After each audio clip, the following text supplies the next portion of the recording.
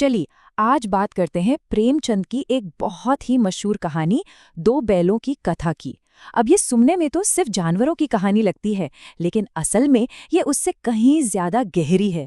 ये स्वतंत्रता की एक कहानी है। और ये कहानी ना एक बहुत बड़ा सवाल खड़ा करती है। क्या जानवर भी आज़ादी की कीमत समझते हैं? क्या वो भी उसके लिए लड़ते हैं? यही सवाल इस पूरी कहानी की जान है। तो आइए साथ मिलकर इसका जवाब ढूंढते हैं। अब देखिए, किसी भी कहानी की आत्मा तक पहुंचना होना तो उसके लिखने वाले को जानना बहुत ज़रूरी हो जाता है। तो चलिए, कहानी में उतरने से पहले मिलते हैं प्रेमचंद से। तो ये है मुंशी प्रेमचंद, जिनका असली नाम था धनपत राय। 1880 में इनका जन्म हुआ था। इन्हें कलम का सिपाही भी कहा जाता था, और ये नाम बिल्कुल सही था, क्योंकि उन्होंने अपनी कलम को, अपनी लिखाई को समाज में फैले अन्याय के खिलाफ एक हथियार की तरह इस्तेमाल किया। जरा उनके जीवन पर एक नजर डालते हैं। 1880 में बनारस के पास लम्ही गांव में पैदा हुए। 1920 के दशक में जब देश में आज़ादी की लड़ाई जोरों पर थी, तो उन्होंने गांधी जी के असहयोग आंदोलन से जुड़ने के लिए अपनी सरकारी टीचर की नौकरी तक छोड़ दी, और 1936 में उनका निधन हो गया। मतलब साफ है, उनका पूरा जीवन और उनकी लिखाई भारत की आज़ादी की लड़ाई से कितनी गहराई से जुड़ी हुई थी। तो प्रेमचंद के लिए लिखना सिर्फ एक कला नहीं थी, ये तो एक हथियार था, बदलाव का एक जरिया था। उनकी कलम ने उन लोगों को आवाज़ दी जिनकी आवाज़ कोई नहीं सुनता था, जैसे कि हमारे किसान और मजदूर। उन्होंने दलितों पर हो रहे अत्याचार, समाज में औरतों की खराब हालत और सबसे बढ़कर आज़ादी की उस लड़ाई को अपनी कहानियों का दिल बना दिया। और इसी सोच के साथ प्रेमचंद हमें मिलाते हैं इस कहानी के दो ऐसे हीरो से जो इंसान है ही नहीं। चलिए अब मिलते हैं हीरा और मोती से। इनकी दोस्ती और इनके संघर्ष की कहानी असल में पूरे देश की कहानी बन जाती है। तो कहानी के हीरो हैं हीरा और मोती। ये पछाई नस्ल के दो बहुत ही सुंदर और तंदुरुस्त बैल थे। वो अपने मालिक झूरी के साथ रहते थे, और झूरी भी उनसे जान से ज्यादा प्यार करता था। उनकी दोस्ती की सबसे कमाल की बात थी उनकी मूक भाषा। मतलब बिना कुछ बोले ही एक दूसरे का दिल पढ़ लेना। वो एक दूसरे को चाट कर, सूंघ कर और कभी-कभी प्यार से सींग लड़ाकर अपनी सारी बातें कह देते थे। ये एक ऐसी ताकत थी जो हम इंसानों के पास भी नहीं होती।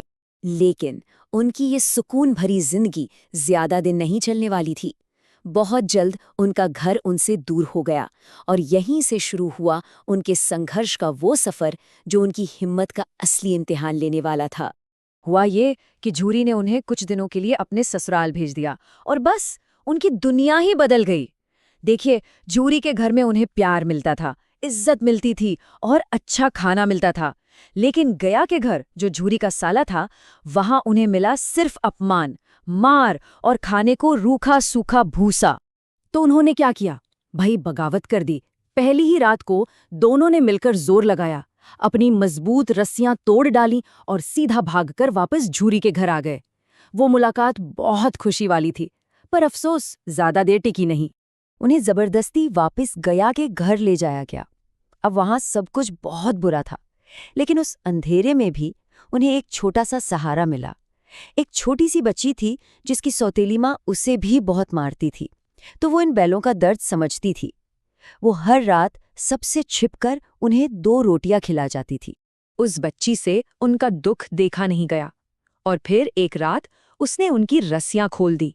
उसने कहा, खोले देती हूं, चुपके से भाग जाओ, नहीं तो यहां लोग मार डालेंगे। सोचिए, उस छोटी सी बच्ची ने खुद सजा का खतरा उठाकर उन्हें आजाद कर दिया। वो भाग तो गए, लेकिन उनकी आजादी, अफसोस, बहुत छोटी थी। जल्द ही उन्हें पकड़ लिया गया और एक कांजी हौज में बंद कर दिया गया। कांजी हौज मतलब जानवरों का जेल। ये एक और कैद थी। लेकिन यहीं पर हीरा मोती ने अपनी सबसे बड़ी बगावत को अंजाम दिया। कांजी हौज एक बहुत ही भयानक जगह थी। वहां और भी बहुत से जानवर बंद थे, भैंसे, बकरियां, घोड़े, लेकिन किसी के आगे खाने का एक तिनका तक नहीं था। सब के सब भूख से बेहाल, मुर्दों की तरह जमीन पर पड़े हुए थे।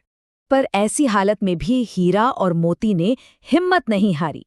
हीरा ने अपने नुकीले सींगों से मिट्टी की कच्ची दीवार पर वार करना शुरू कर दिया। ये देखकर उसे पकड़कर एक मोटी रस्सी से बांध दिया गया। लेकिन फिर मोती ने मोर्चा संभाला और जोर मार मार कर दीवार तोड़ ही डाली। और फिर उन्होंने वहां बंद सभी घोड़ों, बकरियों और भैंसों को भगा दिया। सारे जानवर भाग गए। मोती भी भाग सकता था, लेकिन हीरा तो रस्सी से बंधा था। मोती ने अपने दोस्त को अकेले छोड़ने से साफ मना कर दिया। उसने हीरा से कहा, तुम मुझे इतना स्वार्थी समझते हो हीरा? आज तुम विपत्ति में पड़ गए तो मैं तुम्हें छोड़कर अलग हो जाऊं? ये दोस्ती की एक मिसाल है ना?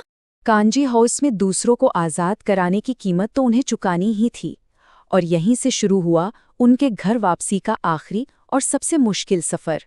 उनका सबसे बुरा वक्त तब आया जब कांजी हाउस वालों ने उन्हें नीलाम कर दिया और उन्हें खरीदा एक डरावने लाल आंखों वाले दड़ियल कसाई ने।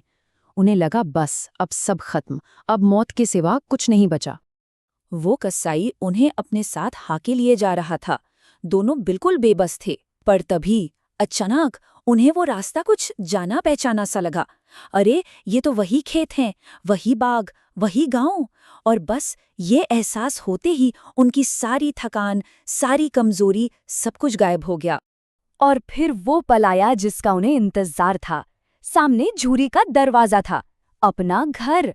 दोनों रस्सी छुड़ाकर सीधा अपनी नांद की तरफ भागे। वो घर पहुंच गए थे।